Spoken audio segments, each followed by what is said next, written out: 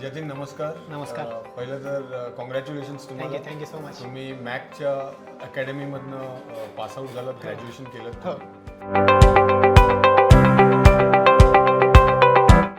काही प्रश्न मला विचारायचे होते. नक्की नक्की. तुमचं क्रिएटिव्ह करिअर चालू झालेलं आहे. हो. तुम्हाला जॉब पण मिळाला आहे, राईट? थोडंसं मला सांगा तुमचं बॅकग्राऊंड काय आहे.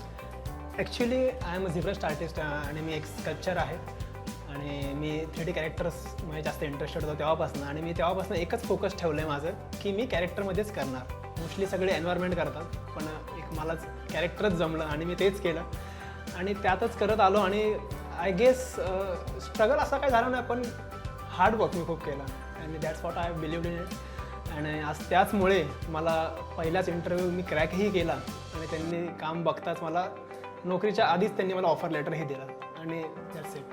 थोडंसं पाठी जाऊया. नक्की. तुम्ही हे जे करिअर चूज केलं, क्रिएटिव्ह करिअर, हो. हे 12वीच्या नंतर केलं, 10वीच्या नंतर केलं, कधी केलं तुम्ही आणि तुम्हाला केव्हा वाटलं की या दिशेने आपण जावं? नक्की. खरं तर मला लहानपणापासूनच 3D मध्ये खूप इंटरेस्ट होता. म्हणजे मला असं उत्सुकता होती की हे कसं बनतं नक्की, आणि ते करायचंच होतं. आणि जसं 12वी पास आउट झालो तसं मी JJ साठी एक CET दिली आणि त्या काही कारणास्तव ते राहिली. आणि त्यानंतर मग मी घरी हिंमत केली की सांगायचं की आपण हे क्षेत्रही सांगूया घरी, बघूया काय त्यांचा रिस्पॉन्स आहे. आणि माझे काका त्यांनी घरी सांगितलं, त्यांना कन्व्हिन्स केलं आणि आम्ही तसंच डायरेक्ट मॅकला भेट दिला. ऑफकोर्स मॅक आमचं फर्स्ट चॉईस होतं, असं कुठे दुसऱ्याने गेलं नाही.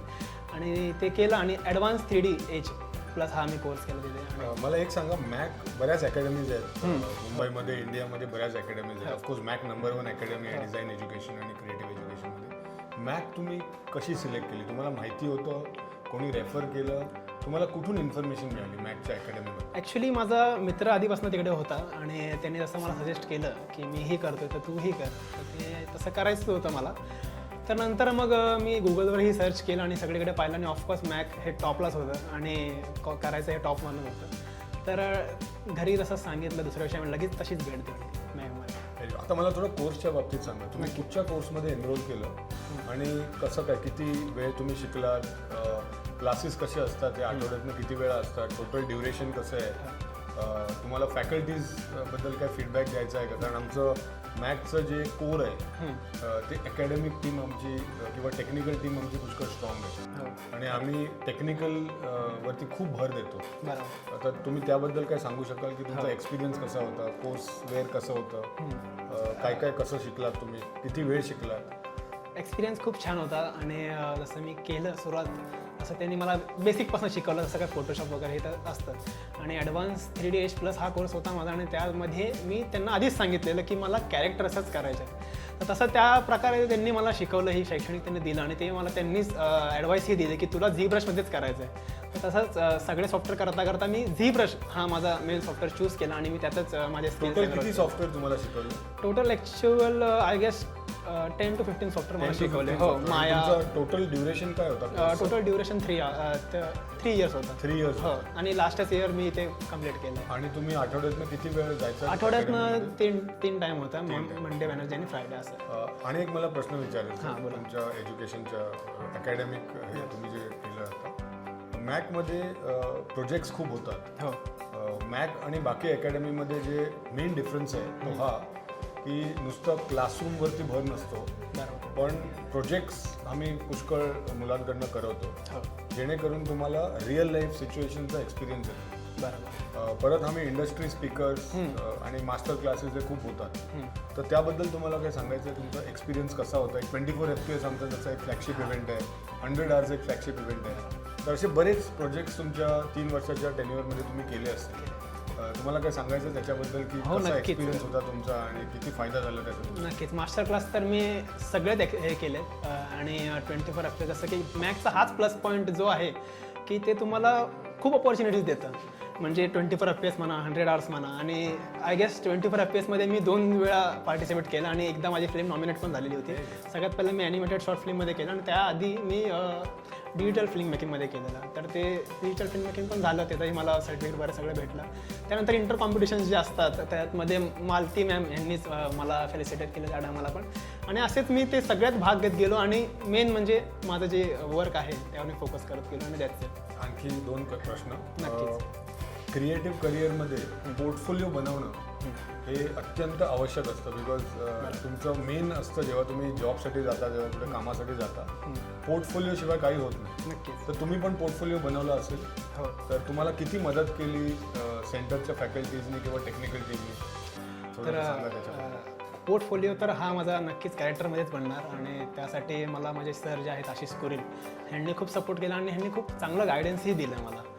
आणि तेच करत करत पोर्टफोलिओ हा मेन म्हणजे मला वाटतं आपल्याला जे प्रोजेक्ट्स मिळतात तोच खरं तर तुमचा पोर्टफोलिओ असतो. खरं तुम्ही जर ते करत गेलात पूर्ण तर तुम्हाला नंतर मग पोर्टफोलिओसाठी असं काही वेगळं करायची गरज मला भासत नाही. आणि ते मी सुरुवातीपासून करत गेलो आणि असं काय मी वेगळा वेळ नाही घेतला की मला 6 महिने द्या मला पोर्टफोलिओ बनवायला. हे जे प्रोजेक्ट्स आहेत तेच मी दाखवले आणि माझे सगळे प्रोजेक्ट होतेच आणि तसंच मला पहिला जॉबही मिळाला. आता प्लेसमेंटची आमचं थोडंसं बोलूया, कारण तुम्हाला जॉब, प्रत्येक मुलाचं एक स्वप्न असतं किंवा पेरेंट्सचं एक स्वप्न असतं की मुलाचं शिक्षण झाल्यानंतर त्याला चांगला जॉब मिळावा आणि त्याचं करिअर चालू व्हावं. तर मॅकची आमची प्लेसमेंट टीम आणि प्लेसमेंट सपोर्ट पुष्कळ स्ट्रॉंग आहे. तर त्याबद्दल काय सांगू शकाल की तुम्हाला कशी हेल्प केली त्यांनी?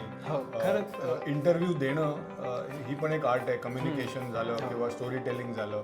तर कसं काय तुम्हाला प्लेसमेंट टीमने हेल्प केलं हा जॉब मिळवण्यासाठी? ॲक्च्युली प्लेसमेंटचा आपला मॅकचा एक ग्रुप असतो आणि त्या ग्रुपमध्ये मीही आहे, आदर्श आपल्या ग्रुपमध्ये. तर तिथे तो मेसेज आला आणि त्यांनी माझ्या सरांनीच हे आधीच भरून ठेवलेलं त्यांनी. आणि नंतर जसं त्यांनी मला ॲक्सेप्ट केलं त्यानंतर त्यांनी मला सरांनी कॉल केला की तुझं झालं आहे, तुला फक्त इकडे जायचं. तर आधी जो पहिला इंटरव्ह्यू झाला क्रॅक तो झूम मिटिंगवर झालेला आणि तो मी माझ्या सेंटरमध्येच दिलेला. आणि त्या टायमाला सर माझ्या बाजूला बसून होते, तर त्यांनी चांगलं गाईड केलं आणि त्यांनी आधी सांगितलं की कसं तू इंटरव्ह्यू दिला पाहिजे, कसं काय केलं पाहिजे. आणि त्यानुसार मी सगळं केलं आणि लागलं. आणि त्यांनी डायरेक्ट मला दुसऱ्या दिवशी बोलवलंच की तुझा ॲक्च्युअल इंटरव्ह्यू घ्यायचा आहे आम्हाला. आणि त्याच दिवशी त्यांनी मला ऑफर लेटरही दिलं. तर असं सगळं चांगलं. आता तुमचं क्रिएटिव्ह जर्नी चालू झालेली आहे. तुमचं ॲस्पिरेशन काय आहे? तुम्ही काय तुम्हाला करायचं आहे लाईफमध्ये? तुम्हाला जॉब करायचं आहे म्हणजे एम्प्लॉयमेंट करून करिअर करायचं आहे का? हल्ली आम्ही ऐकतो की मुलांना जॉब करायचा नसतो, स्वतःचं काहीतरी करायचं असतं, एंटरप्रेन्योरशिप किंवा स्वतःचं काहीतरी स्टुडिओ, प्रोडक्शन हाऊस. तुमचं काय ॲस्पिरेशन आहे? स्वतःचं तर करायचंच आहे, पण आता घरच्यांवर भार नाही द्यायचा. तर आधी मी एम्प्लॉयमेंट करेल चांगलं, म्हणजे स्वतःचा एक बेस निर्माण करेल आणि त्यानंतर मग विचार करेल की मला काय करायचं आहे ते. पण जॉब तर मला करायचं. तुम्हाला जर कोणाला रेफर करायचं असेल मॅक अकॅडमी तर तुम्ही कराल का? तुमचा एक्सपिरियन्स आहे, प्लेसमेंट आहे, तुमचं करिअर सुरू करायला हेल्प झाली तर तुम्ही रेफर कराल मॅक? नक्कीच करेल. खरं तर माझ्या घरचेच रेफर करतात सगळ्यांना की आमचा मुलगा मॅकमधनं झाला आणि आज त्याला नोकरीही लागलेली आहे. तर हे खूप प्राऊड मोमेंट आहे. तर धन्यवाद तुमचा टाइम दिल्याबद्दल. नक्की. मॅक आणि ॲपटेक टीमकडून तुम्हाला खूप खूप कॉंग्रॅच्युलेशन्स. थँक्यू. तुमच्या पेरेंट्सना पण कॉंग्रॅच्युलेशन्स द्या, कारण त्यांच्याशिवाय तुम्ही ही जर्नी सुरू केली नसती. खरं. आणि आम्ही होप करतो, आम्ही विश करतो की तुम्ही नेक्स्ट हॉलिवूड, बॉलिवूड नक्कीच. मूवीजमध्ये सुपरस्टार बनावे आणि तुमचं फिल्ममध्ये आम्ही जेव्हा मूवी थिएटरमध्ये जातो तेव्हा तुमचं नाव यावं क्रेडिट लिस्टमध्ये, ही आमची विश नक्कीच. आहे. I think hard work and loyalty to your work, that's all it takes and you can achieve whatever you want in your life. Thank you thank you so much. धन्यवाद खूप खूप धन्यवाद.